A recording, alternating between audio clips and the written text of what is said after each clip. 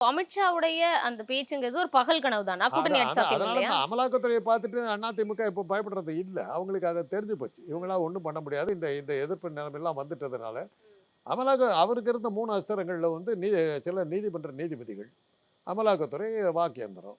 2 அஸ்திரம் போயிடுச்சு. வாக்கியந்திரம் ஒண்ணு தான் இருக்குது. இனிமே யார் பயப்படுவா? அதனால தான் இவர் கூப்பிட்டு கூட வரமாட்டேன்ட்டாரு. போன தடவ கூப்பிட்டாரு, வந்தாரு. அ அ என்னோட கூட்டணி பேசவான்னாரு. ஆனா ப ப பழனிசாமி வரவே இல்ல. 12, 12:30 வரலும் காத்திருக்காரு.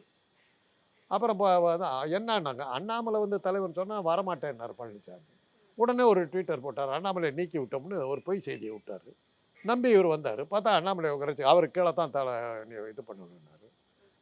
சரி, சுத்தி ஈட்டியும் கத்தியும் வச்சுக்கிட்டு நிராயுத பாணியா புடிச்சுட்டேன். பழனிசாமி தான் புத்திசாலித்தனத்த காட்டினார். ஆமா நீங்க சொல்றத நான் ஏத்துக்கிறேன். கூட்டணியில இருக்கிறோம் அப்படின்னு சொல்ல எல்லாம் கையெழுத்து போட்டுட்டு போயிட்டாரு. 2 நாள் கழிச்சு சொன்னாரு. மிரட்டி நீ எல்லாம் பண்றதெல்லாம் நடக்காது. உனக்கு வேணா என் கூட்டணியில இருக்கிறது ஒரு 4 எம்எல்ஏ சீட் வேணா குடுக்குறேன். சேர சேர இல்லாட்டி போட்டு. 40ல வெற்றி பெறுவோம் நயினார் சொல்றாரு. நீங்க 4ங்கிறீங்களே. இவரா பழனிசாமி சொன்னது. உனக்கு வேணா 4 சீட்டு குடுக்குறேன் வேணா வச்சுக்கோ அப்படின்ட்டாரு.